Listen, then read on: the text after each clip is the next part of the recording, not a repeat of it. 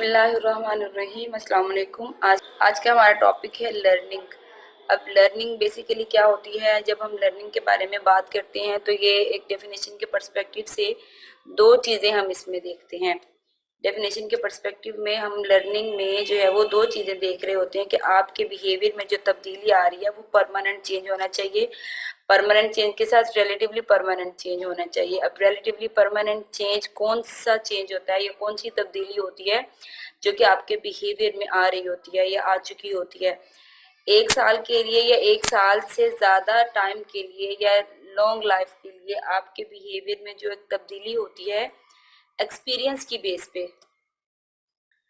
1 साल के लिए या 1 साल के ज़्यादा टाइम के लिए आपके बिहेवियर में जो तब्दीली आ रही होती है, जो एक चेंज आ रहा होता है एक्सपीरियंस की बेस पे, उसको हम लर्निंग कहते हैं कि वो चीज़ें हमने लर्न की हैं।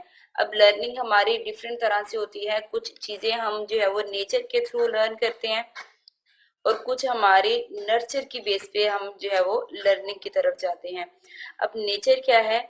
अब पेपर के पॉइंट से हम सिर्फ लर्निंग में से जो क्वेश्चन बन सकता है कि या तो वो पूछ सकते हैं कि आपके लर्निंग की बेस पे आपके बिहेवियर में जो चेंज आता है वो कौन सा चेंज होता है। वो पूछ सकते हैं रिलेटिवली परमानेंट चेंज होता है, या वो पूछ सकते हैं कि एब्सोल्यूट चेंज होता है, या इसके अलावा कोई दो चार ऑप्शंस आ सकते हैं जिसमें आप इसको आइडेंटिफाई करेंगे कि रिलेटिवली परमानेंट चेंज इसका मतलब क्या है कि कुछ 1 साल या इससे लंबे टाइम के लिए या लॉन्ग टर्म के लिए जो आपके बिहेवियर में तब्दीली आ रही होती है वो लर्निंग होती है। और वो तब्दीली किस वजह से आ रही होती है? एक एक्सपीरियंस की बेस पे। तो एक्सपीरियंस और रिलेटिवली परमानेंट चेंज, ये दोनों चीजें आप याद रखेंगे लर्निंग की डेफिनेशन में। अब आप चीज़ों को लर्न किस तरह से करते हैं? दो तरह से लर्निंग हो रही होती है। एक चीज़ें ये भी हमारी होती हैं कि कुछ चीज़ें हमारी नेचर का हिस्सा होती हैं जो कि हमें जेनेटिकली हमें ट्रांसफ़र होती हैं या जीन्स के थ्रू हमें ट्रांसफ़र होती हैं। फॉर एग्जांपल कि कुछ लोगों में क्रिएटिविटी बहुत ज़्यादा होती है क्योंकि उनके आबाओ अजदाद की तरफ से उनमें मुंतकिल होती है। वो कह रहे होते हैं कि मेरे पेरेंट्स में, मेरी मदर में ये चीज़ थी, या मेरी मदर भी बहुत अच्छी राइटर हैं तो, या उनकी भी बहुत अच्छी राइटिंग थी तो मेरी भी राइटिंग उनके जैसी है। या अगर हम कैलीग्राफी की बात करें, या फिर हम पेंटिंग की बात करें, या फिर हम स्केचिंग की बात करें, तो ये बहुत सारे लोग ये बता रहे होते हैं कि ये चीज़ें हमें ट्रांसफ़र हुई हैं। मेरे दादा बहुत अच्छे राइटर थे, मेरे दादा बहुत अच्छे कैलीग्राफर थे।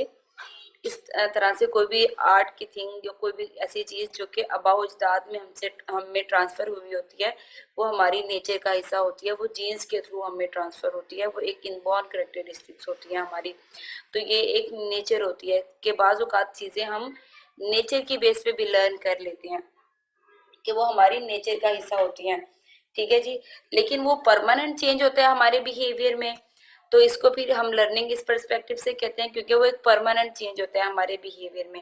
ठीक है। और हम फिर हमारी इम्प्रूव किस तरह से होती है? क्योंकि हमने अगर नेचर में भी कोई चीज़ है, जेनेटिकली भी कोई चीज़ हमारी हमें ट्रांसफ़र हुई है, तो वो हमारी प्रैक्टिस में तो रहती है ना। तो प्रैक्टिस के बाद फिर वो हमारे बिहेवियर का हिस्सा बनती है। तो इस पर्सपेक्टिव से भी ये डेफिनेशन इस पे बिल्कुल फिट आ रही है कि ये हमारे बिहेवियर में जो तब्दीली आ रही है वो एक परमानेंट चेंज भी है और एक्सपीरियंस का हिस्सा भी है। अगर जीन्स के थ्रू भी चीज़ें ट्रांसफ़र हो रही हैं तो आपको उसको एक्सपीरियंस करने की ज़रूरत होती है, प्रैक्टिस करने की ज़रूरत होती है। उसके बाद ही आप उस चीज़ को पॉलिश कर पाते हैं, आप उस चीज़ में खुद को इम्प्रूव कर पाते हैं। ठीक है जी। उसके बाद यानी कि चाइल्डहुड एक्सपीरियंसेस भी इसमें मैटर कर रहे हैं कि चाइल्डहुड में वो डेवलप हो रही है, लेकिन आप क्या कर रहे हैं, उसको एक्सपीरियंस भी कर रहे हैं और उसके बाद आपकी पर्सनैलिटी का वो हिस्सा बन रही है।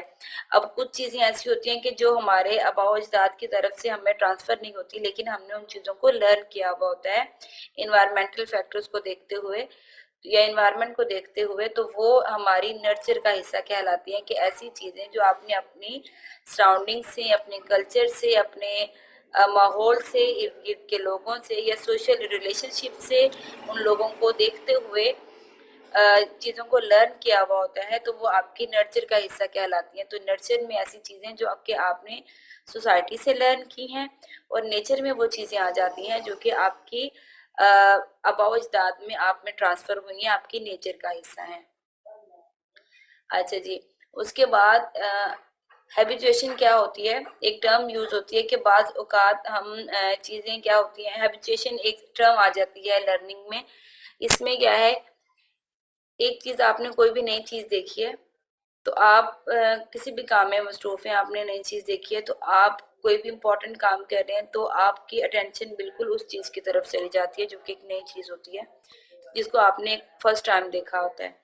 उसके बाद आप दूसरी मर्तबा देखोगे, तीसरी मर्तबा, चौथी मर्तबा आप उसको देखते हो तो उस आपका उसके बारे में जो रिस्पॉन्स होता है, उसकी जो शिद्दत होती है या रिस्पॉन्स की जो फ्रिक्वेंसी होती है वो कम होना शुरू हो जाती है, कि आप उतना हैरान नहीं होते उस चीज को लेके जितना आप फर्स्ट टाइम होते हो, या उतना आप खुश नहीं हो रहे होते जितना आपने पहली बार देखकर उसको रिस्पॉन्स किया हुआ होता है, या आपका जो एक रिएक्ट होता है चीजों को देख के वो सेम नहीं रहता। फर्स्ट टाइम देखने के बाद जितनी बार आप उस चीज को देखते हैं, आपकी फ्रीक्वेंसी या आपके नंबर ऑफ रिस्पॉन्सेज जो होते हैं या आपकी एक्साइटमेंट होती है वो चीज को लेते हुए डिक्रीज होना शुरू हो जाती है। तो इस टर्म को हम हैबिचुएशन कहते हैं, कि आप उस चीज को लेके यूज टू हो जाते हैं, आप उस चीज के आदी हो जाते हैं, तो इस टर्म को हम हैबिचुएशन कहते हैं। अब यहाँ पे जो एक एग्जांपल है मिसाल के तौर पर, कि बच्चा कुछ ऐसा टॉय देखता है जो कि एक ब्राइट ऑब्जेक्ट है, कोई ऐसा ब्राइट टॉय है या ब्राइट कलर टॉय है जिसको बच्चा देखता है, और फर्स्ट टाइम देखने पे उसकी जो है वो इंटरेस्ट, उसका इंटरेस्ट डिफरेंट होगा, उसकी अटेंशन डिफरेंट होगी। लेकिन जैसे जैसे वो चीज उसके सामने जो है वो बार बार रिपीट हो रही है, बार बार उसके सामने आ रही है, तो उसकी अटेंशन जो है वो कम हो जाएगी, उसका उस चीज में इंटरेस्ट खत्म हो जाएगा। तो इस टर्म को हम हैबिचुएशन कहते हैं, कि जब आप एक चीज को बार बार प्रैक्टिस करने के, बार बार देखने के आदी हो जाते हैं तो उसके बारे में जो कि आपके रिस्पॉन्सेज होते हैं वो कम होते हैं। उसमें बहुत सारी चीजें आप इसको यहाँ पे फिट कर सकते हैं। आप अपनी रियल लाइफ पे भी इस एग्जाम्पल को फिट कर सकते हैं, कि आपकी लाइफ में कोई खुशी है या कोई भी गम है, किसी का पॉजिटिव बिहेवियर है या फिर किसी का नेगेटिव बिहेवियर है, आप जैसे जैसे उसको एक्सपीरियंस करते हैं, वो आपके सामने बार बार वो बिहेवियर शो हो रहा है तो आप उसके यूज टू हो जाते हैं। फिर आपका उस बिहेवियर को लेकर रिस्पॉन्स जो है वो सेम नहीं रहता। आप कहते हैं बस अगर नेगेटिव चीज है तो उसकी आदत है, अगर पॉजिटिव है तो आप स्माइल देख के आगे बढ़ते हैं, उसको ज्यादा आप फोकस नहीं करते, उस पर ज्यादा आप रिस्पॉन्स नहीं करते, क्योंकि आप उस चीज को देखने के यूज टू हो चुके हैं। तो इस टर्म को हम हैबिचुएशन कहते हैं लर्निंग की टर्म में। अच्छा, लर्निंग की अगर हम बात करें तो इसकी कुछ टाइप्स आ जाती हैं। उन टाइप्स में लर्निंग बाय एसोसिएशन होता है, लर्निंग बाय ऑब्जर्वेशन होता है, और भी कुछ टाइप्स हैं, लेकिन यहाँ पे हम चूंकि डिस्कस करने जा रहे हैं लर्निंग बाय एसोसिएशन या लर्निंग बाय कंडीशनिंग, तो हम सबसे पहले उसी की ही बात करते हैं। तो लर्निंग बाय कंडीशनिंग या लर्निंग बाय एसोसिएशन, इसमें दो चीजें आ जाती हैं, एक होती है क्लासिकल कंडीशनिंग और दूसरी होती है ऑपरेंट कंडीशनिंग। आज के टॉपिक में हम क्लासिकल कंडीशनिंग को डिस्कस करने जा रहे हैं, और क्लासिकल कंडीशनिंग को डिस्कस करने के लिए उसके फाउंडर के बारे में जानना जरूरी है, उसके बारे में हमें बेसिक इन्फॉर्मेशन होना जरूरी है, ताकि पेपर में अगर ये क्वेश्चन आता है तो आप उसको आसानी से अटेम्प्ट कर सकें। अब क्लासिकल कंडीशनिंग का जो फाउंडर है वो कौन है? पेवलोव जो है, उन्होंने एक्सपेरिमेंट किया था क्लासिकल कंडीशनिंग पे, और इनको फादर ऑफ क्लासिकल कंडीशनिंग कहा जाता है। और इनका एक्सपेरिमेंट जो है वो फेमस एक्सपेरिमेंट डॉग पे हुआ था। बेसिकली ये हैं कौन, इनके बारे में हम देख लेते हैं, कि एक रशियन जो है वो फिजियोलॉजिस्ट हैं। यहाँ पे कॉन्सेप्ट क्लियर होना चाहिए कि ये साइकोलॉजिस्ट नहीं थे, और ना ही ये साइकोलॉजिकल रिसर्च करना चाह रहे थे, ना ही इनका कोई इंटरेस्ट था।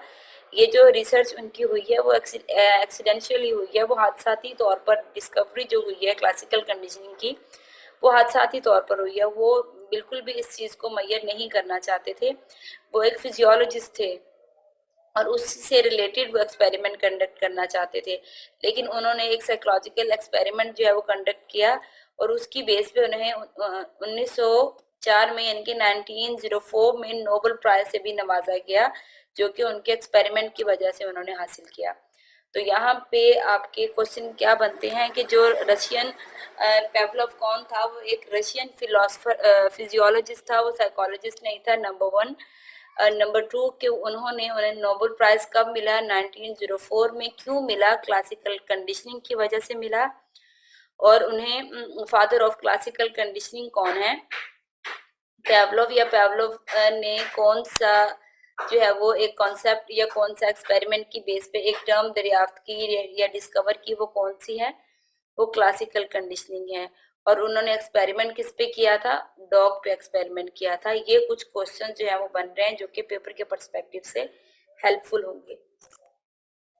अब क्लासिकल कंडीशनिंग को आपको सिंपली समझाने से पहले हम एक्सपेरिमेंट की तरफ आते हैं, उसके बाद फिर मैं आपको बताती हूँ कि क्लासिकल कंडीशनिंग क्या है। आप बिल्कुल किताब से हटके एक रियल लाइफ की एग्जांपल को समझते हुए सादा लफ्जों में हम एक एक्सपेरिमेंट को समझने की कोशिश करते हैं कि पेवलोव ने एक डॉग लिया। एक डॉग था उनके पास। तो उसका जो है एक फूड, जैसे कि अब कोई भी एक जानदार है, उसके सामने कोई भी खाना आता है या कोई भी खाने की चीज आती है, बाज बुक्स में ये लिखा हुआ है कि फूड, और बाज बुक्स में उन्होंने मीट लिखा हुआ है। तो आप जनरली इसको फूड के पर्सपेक्टिव से ले लें। खाने में गोश्त भी आ जाएगा और दूसरी कोई और चीज हुई तो वो भी खाने के मत में आ जाती है। तो एक्सपेरिमेंट में उन्होंने डॉग लिया, और एक नेचुरल बात है कि जब भी किसी जानदार के सामने खाने की कोई भी चीज पेश की जाती है तो करता है, उसके मुंह में जो है वो पानी आता है। ठीक हो गया? स्लाइवा प्रोड्यूस होता है, उसके मुंह में पानी आता है। अच्छा जी, हम बात कर रहे थे कि जैसे ही किसी भी जानदार के सामने कोई भी खाने की चीज पेश की जाती है तो उसके मुंह में पानी आता है। तो यहाँ पे इसी बात को समझने के लिए उन्होंने क्या किया कि डॉग के जो है मुंह में जो पानी, उसका मुंह में पानी आ रहा है, तो उसको मेजर करने के लिए उसका जो फूड पाइप है वहां पे एक ट्यूब इंसर्ट की, ताकि उस ट्यूब के थ्रू उसका जो है वो आप मेजर किया जा सके कि स्लाइवा प्रोड्यूस हो रहा है या नहीं हो रहा है, या कब हो रहा है। ठीक है? इस स्लाइवा को मेजर करने के लिए उसके फूड पाइप में जो है वो एक फूड पाइप में एक ट्यूब इंसर्ट की गई, जिसमें जो है वो स्लाइवा मेजर किया जा सकता था।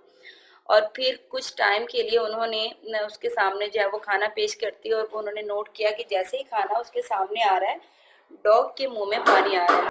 अच्छा, जैसे ही स्लाइवा प्रोड्यूस हुआ, उन्होंने उसको मेजर किया, तो उन्होंने ये नोट किया कि पहले तो खाना उसको दे रहे हैं, उसके मुंह में पानी आ रहा है। ठीक है? उसके बाद कुछ टाइम के बाद उन्होंने क्या किया कि जैसे बेल बजाना शुरू कर दी। कुछ टाइम के लिए बेल बज रही है, और लेकिन डॉग कोई भी रिस्पॉन्स नहीं कर रहा, क्योंकि बेल के साथ और खाने के साथ तो कोई वो नहीं बनता, एसोसिएशन नहीं बनती या कोई रिलेशन नहीं बनता। फिर कुछ टाइम के लिए बेल बज रही है, और बेल बजने के कुछ देर बाद या फौरी बाद उसको खाना दिया जा रहा है। तो कुछ अरसे में डॉग ने ये लर्न कर लिया कि जैसे ही बेल बजेगी उसके बाद खाना मिलेगा, तो वो फिर उसने बेल बजने पे भी स्लाइवा प्रोड्यूस करना शुरू कर दिया, यानी कि जो सेलिब्रेशन का प्रोसेस है वो बेल बजने पे स्टार्ट हो गया, कि जैसे ही बेल बज रही है वो स्लाइवा प्रोड्यूस कर रहा है। अच्छा, उसके बाद फिर क्या हुआ कि एक्सपेरिमेंट में उन्होंने कुछ टाइम के लिए ये चीजें चलती रही हैं, उसके बाद फिर बेल बज रही है। फिर इसको उन्होंने खत्म किस तरह से किया कि बेल बज रही है लेकिन उसको खाना नहीं दिया जा रहा। तो डॉग ने कुछ टाइम के बाद ये लर्न कर लिया कि बेल तो बज रही है लेकिन खाना नहीं मिल रहा, तो फिर उसने बेल बजने पे स्लाइवा प्रोड्यूस करना बंद कर दिया। ठीक है? ये कंडीशन जो उनकी एसोसिएशन हुआ था, ये जो कंडीशनिंग हुई थी, वो यहाँ पे खत्म हो गई। फिर क्या हुआ कि कुछ अरसे के बाद ये देखने के लिए क्या वाकई ही कुछ अरसे के बाद भी वो अचानक से रिस्पॉन्स करता है या नहीं करता। अचानक से एक बार फिर बेल बजाई गई, और हादसाती तौर पर उसने फिर वही रिस्पॉन्स किया जो कि बेल बजने पे रिस्पॉन्स होता था, यानी कि स्लाइवा प्रोड्यूस किया। तो इसी चीज को भी नोट किया गया कि बाज औकात चीजें दोबारा से अचानक से भी इमर्ज होना शुरू हो जाती हैं, जबकि कंडीशनिंग खत्म भी कर दी जाए तो फिर भी चीजें रिस्पॉन्स करना अचानक से शुरू कर देती हैं। ये उनका टोटली ओवरऑल एक्सपेरिमेंट था। और इस सारे एक्सपेरिमेंट को हम क्या कहते हैं? हम क्लासिकल कंडीशनिंग कहते हैं कि बेल को उसके साथ एसोसिएट किया, और उसके बाद वही उसने रिस्पॉन्स किया जो खाना देखने पे या खाने की खुशबू पे या खाना सामने आने पे वो रिस्पॉन्स कर रहा है। तो इसको सारे प्रोसीजर को हम क्लासिकल कंडीशनिंग कहते हैं। अच्छा जी, अब यहाँ पे न्यूट्रल स्टिमुलस की हम बात करते हैं। अब न्यूट्रल स्टिमुलस क्या था, हमने इस एक्सपेरिमेंट को देखा थॉरली कि यहाँ पे न्यूट्रल स्टिमुलस क्या है कि a stimulus before conditioning does not naturally bring about a response of interest. अब इंटरेस्ट क्या है कि हमने ये देखना है कि वो स्लाइवा प्रोड्यूस कर रहा है, लेकिन जब तक उसके साथ कंडीशनिंग नहीं होती वो रिस्पांस नहीं देता जो आपको चाहिए, यानी कि बेल बज रही है लेकिन वो पानी इसके मुंह में नहीं आ रहा। तो यहाँ पे बेल क्या है, एक न्यूट्रल स्टिमुलस है, क्योंकि बेल का और खाने के आपस में इनका कोई भी कनेक्शन या कोई भी रिलेशन नहीं है। तो इस स्टिमुलस को हम न्यूट्रल स्टिमुलस कहेंगे, क्योंकि वहां पे कंडीशनिंग से पहले bell, ringing of the bell and meat, इनका आपस में कोई भी कनेक्शन नहीं बन रहा कि बेल बजने पे वो स्लाइवा प्रोड्यूस नहीं कर रहा। तो यहाँ पे एक न्यूट्रल स्टिमुलस क्या है, बेल का बजना एक न्यूट्रल स्टिमुलस है।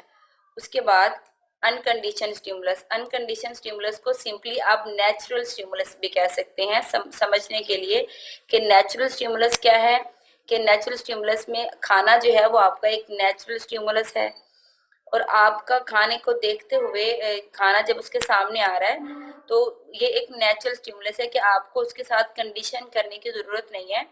वो एक आपको एक नेचुरल रिस्पॉन्स देगा, कि ऐसा स्टिमुलस जो आपको एक नेचुरल रिस्पॉन्स दे रहा है वो आपका एक न्यूट्रल स्टिमुलस, अनकंडीशन स्टिमुलस है। अब यहाँ पे जो खाना है वो एक अनकंडीशन स्टिमुलस है, और खाना सामने आने के बाद जो स्लाइवा प्रोड्यूस हो रहा है वो एक अनकंडीशन रिस्पॉन्स है।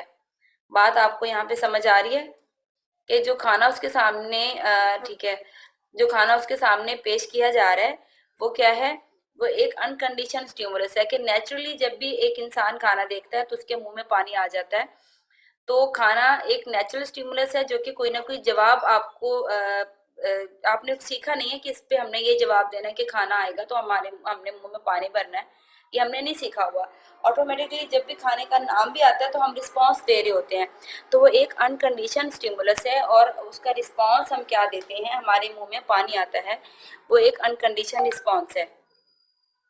तो यहाँ पे इसी पर्सपेक्टिव को याद रखते हुए आपने एक ये भी हो सकता है पेपर में कि वो आपके सामने एक सिनेरियो क्रिएट कर दें। तो सिनेरियो के अकॉर्डिंग फिर आपको पूछें कि यहाँ पे कंडीशन स्टिमुलस कौन सा है और अनकंडीशन स्टिमुलस कौन सा है। जब आप डॉग वाले एक्सपेरिमेंट को गौर से समझ लेंगे और देख लेंगे कि बेल जो है वो एक न्यूट्रल स्टिमुलस है, खाना जो पहले ही रिस्पॉन्स कर रही है जो चीज एक वो है अनकंडीशन स्टिमुलस, और उसकी वजह से जो अनकंडीशन स्टिमुलस की वजह से जो रिस्पॉन्स आ रहा है वो अनकंडीशन रिस्पॉन्स होगा। वहां पे सिनेरियो चेंज हो सकता है, लेकिन आपके कॉन्सेप्ट क्लियर होने चाहिए। ठीक हो गया। उसके बाद ये अनकंडीशन स्टिमुलस की भी हमने बात कर ली, और उसको देखते हुए, खाने को देखते हुए एक रिस्पॉन्स देना, उसके मुंह में पानी भर आना, ठीक है। रिस्पॉन्स दैट मीट एलिसिड, के खाने देखने के बाद जो जवाब आता है उसका वो सैल्यूएशन है, तो इसको हम अनकंडीशन रिस्पॉन्स कहते हैं। ठीक हो गया। उसके बाद कंडीशन स्टिमुलस क्या है। अब कंडीशन स्टिमुलस में हमने क्या किया कि न्यूट्रल स्टिमुलस, जैसे हमारे पास बेल है तो हम बेल बजा रहे हैं, ठीक है, उसके कुछ देर बाद उसको खाना दे रहे हैं। तो बेल बजने के बाद जब उसको खाना मिल रहा है तो बेल बजने पे उसके मुंह में जब वो सीख लेता है कि बेल बज रही है इसके बाद खाना आएगा, तो बेल बजने पे जब वो स्लाइवा प्रोड्यूस करना शुरू कर देता है, तो जो हमारे पास बेल है, यहाँ पे जब आपने उसको कंडीशन कर दिया खाने के साथ तो फिर ये यहाँ पे कंडीशन स्टिमुलस होगा। एक न्यूट्रल स्टिमुलस होता है, ठीक है, दैट हैव बीन पेयर्ड, जब आप उसको पेयर कर देते हैं विद एन अनकंडीशन स्टिमुलस, किसी भी अनकंडीशन स्टिमुलस के साथ, to bring about a response, एक ऐसा रिस्पॉन्स लाने के लिए जो कि एक अनकंडीशन स्टिमुलस का रिस्पॉन्स है, वो आप हासिल करने करने के लिए फिर एक न्यूट्रल स्टिमुलस को एक अनकंडीशन स्टिमुलस के साथ एसोसिएट कर देते हैं, ताकि वो वही जवाब दे जो एक अनकंडीशन स्टिमुलस पे वो जवाब दे रहा है। तो इसको हम कंडीशन स्टिमुलस कहते हैं, कि आपने उसको कंडीशन कर दिया। यानी कि यहाँ पे क्या है, the bell alone cause the dog solution, यहाँ पे सेल्यूशन का जो है वो रिस्पॉन्सिबल है, या स्लाइवेट करने का रिस्पॉन्सिबल है बेल। तो यहाँ पे जो बेल है हमारे पास वो एक कंडीशन स्टिमुलस है। अब कंडीशन रिस्पॉन्स क्या है कि बेल बजने पे जो वो उसके मुंह में पानी आ रहा है ना, वो उसका कंडीशन रिस्पॉन्स होगा। गोश्त को देखने पे उसके मुंह में जो पानी आ रहा है वो अनकंडीशन रिस्पॉन्स है।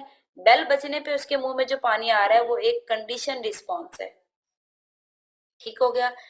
रिस्पॉन्स आफ्टर कंडीशनिंग के, जब आप कंडीशन कर लेते हैं किसी भी चीज को, तो फिर कंडीशनिंग के बाद जो वो रिस्पॉन्स दे रहा है न्यूट्रल स्टिमुलस पे, जो वो न्यूट्रल स्टिमुलस को जब आप कंडीशन कर लेते हैं उसके साथ एक अनकंडीशन स्टिमुलस के साथ, तो वो जो स्टिमुलस होता है वो अनकंडीशन स्टिमुलस हो जाता है।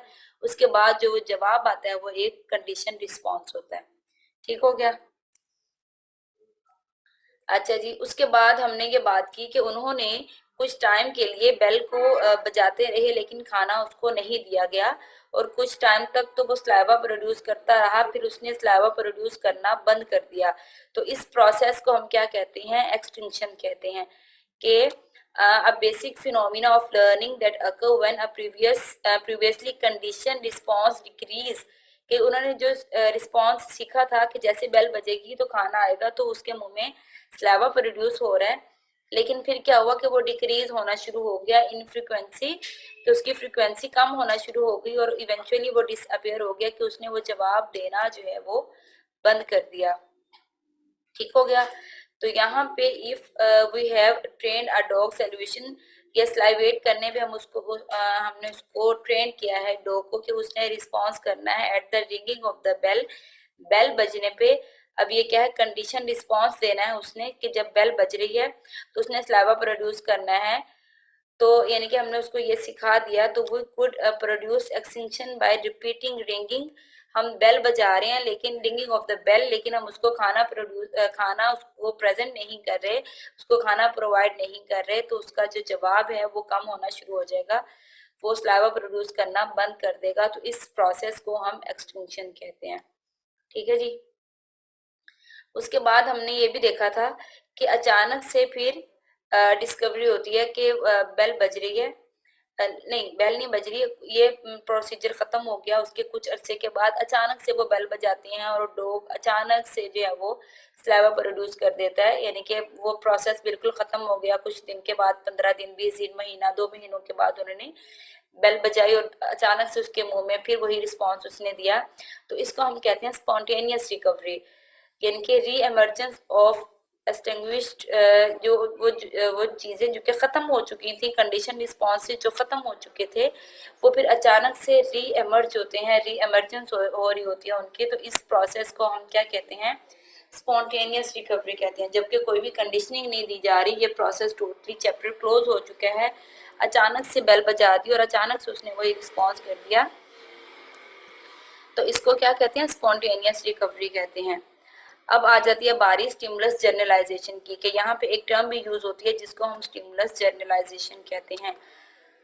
अब स्टिमुलस जर्नलाइजेशन क्या है? A process in which after a stimulus has been condition to produce a particular response, stimuli that are similar to the original stimuli produce the same response। कि आपने डॉग को यही सिखाया कि जब बेल बज रही है तो उसने स्लावा प्रोड्यूस करना है, लेकिन कोई ऐसी आवाज जो कि उसके साथ रिलेट करती है, उसके साथ कुछ ना किसी तरह से सिमिलर है, तो डॉग वही रिस्पॉन्स दे रहे हैं, यानी कि कोई और बेल बजने पे या किसी और आवाज आने पे जो कि बेल के साथ किसी हद तक मुशाबहत रखती है, सिमिलैरिटीज हैं, तो वो वही रिस्पॉन्स कर रहा है। तो इसको हम कहते हैं स्टिमुलस जनरलाइजेशन, कि उसने उस स्टिमुलस को जनरलाइज कर दिया, जो कि वो बेल बजने पे वो रिस्पॉन्स करना था, उसने किसी और आवाज के सुनने पे वही रिस्पॉन्स कर दिया। तो इट मीन्स कि वो उसने यहाँ पे जनरलाइज कर लिया उस चीज को, कि वो फिर बजर की आवाज आ रही है या फिर बेल की आवाज आ रही है, वो उनके दरमियान में डिफ्रेंशिएट नहीं कर पाया, उसने उन दोनों आवाजों को जनरलाइज कर दिया। तो इस टर्म को हम कहते हैं स्टिमुलस जनरलाइजेशन। अब नेक्स्ट हमारे पास क्या है? Stimulus discrimination. अब स्टिमुलस डिस्क्रिमिनेशन में एक डिस्क्रिमिनेट करने का क्या मतलब होता है? कि आप में या किसी चीज में ये कैपेबिलिटी हो कि वो दो आवाजों के दरमियान में या दो चीजों के दरमियान में फर्क कर सके, तो इस टर्म को हम कहते हैं डिस्क्रिमिनेशन। और स्टिमुलस के दरमियान में फर्क करने की जो एक कैपेबिलिटी होती है वो डिस्क्रिमिनेशन कहलाती है। अब यहाँ पे क्या है कि डॉग में दो आवाज़ों के दरमियान में डिफ्रेंशिएट करने की कैपेबिलिटी जो होगी वो स्टिमुलस डिस्क्रिमिनेशन कहलाएगी, कि उसको ये पता हो कि बेल बज रही है, बेल की आवाज़ कौन सी है और बजर की आवाज़ कौन सी है। तो वो बेल पे प्रोड्यूस कर रहा है सलाइवा, लेकिन वो बजर पे अगर वो प्रोड्यूस नहीं कर रहा, तो इस टर्म को हम कहेंगे कि उसने स्टिमुलस डिस्क्रिमिनेशन की कैपेबिलिटी जो है वो उस डॉग में पाई जाती है, कि उसने उसमें ये कैपेबिलिटी उसमें है कि वो दो स्टिमुलस के दरमियान में डिस्क्रिमिनेट कर सकता है, डिफ्रेंशिएट कर सकता है दो आवाज़ों के दरमियान में। तो इस टर्म को हम कहते हैं स्टिमुलस डिस्क्रिमिनेशन। यहाँ पे एक एग्जाम्पल जो ऐड की है वो ये है कि एक डॉग है, जैसे कि हमने घर में पेट रखे हुए होते हैं, तो एक लड़की है, उसके जो एक पेट है, तो जैसे ही उसका जो एक फूड जिस कंटेनर में उसका फूड जो है वो स्टोर किया हुआ होता है, तो जैसे ही उसके ओपन होने की आवाज आती है तो वो फौरी तौर पर किचन की तरफ चला जाता है। उसके अलावा अगर कोई और आवाज आ रही है, कोई प्रेशर कुकर की या कोई भी आवाज आ रही है, तो डॉग बिल्कुल भी किचन की तरफ नहीं जाता। लेकिन जैसे ही उसे एक इलेक्ट्रिक कैन ओपनर की आवाज आती है, तो वो फौरी तौर पर जो है वो किचन में चला जाता है, क्योंकि वहां से उसको उसका फूड जो है वो मिल रहा होता है। ठीक है, तो ये चीजें उसने लर्न कर ली। तो यानी कि डिफ्रेंशिएट कर रहा है दो आवाजों के दरमियान में, तो इस टर्म को हम स्टिमुलस डिस्क्रिमिनेशन कहते हैं। अब पेपर के पर्सपेक्टिव से आपको एक सिनेरियो दिया हुआ होगा कि इसमें ये एक आपके पास, जिस तरह मैंने डॉग की एग्जांपल दी, तो इस तरह कोई भी एग्जांपल हो सकती है। तो उस एग्जांपल में से पूछ सकते हैं कि यहाँ पे स्टिमुलस न्यूट्रल स्टिमुलस कौन सा है, कंडीशन स्टिमुलस कौन सा है, अनकंडीशन स्टिमुलस कौन सा है, या वो आपसे स्पॉन्टेनियस रिकवरी पूछ सकते हैं, एक्सटिंक्शन क्या है ये आपसे पूछ सकते हैं, या ये कॉन्सेप्ट किस थ्योरी के साथ रिलेट करते हैं, या किस टर्म्स के साथ क्लोजली रिलेट करते हैं, या किसकी थ्योरी के साथ क्लोजली रिलेट करते हैं। तो ये आपको इस पर्सपेक्टिव से चीज़ें पता होनी चाहिए कि ये क्लासिकल कंडीशनिंग में आ रहा है, क्लासिकल कंडीशनिंग किसने दी थी, ये पेवलोव ने दी थी, और वो कौन था और उसने क्यों दी थी, ये एक हादसाती तौर पर दी थी, कि ये सारी की सारी चीज़ें आप लोगों को क्लियर हो गया। थैंक यू सो मच, अपना बहुत सारा ख्याल रखिए। अल्लाह हाफिज़।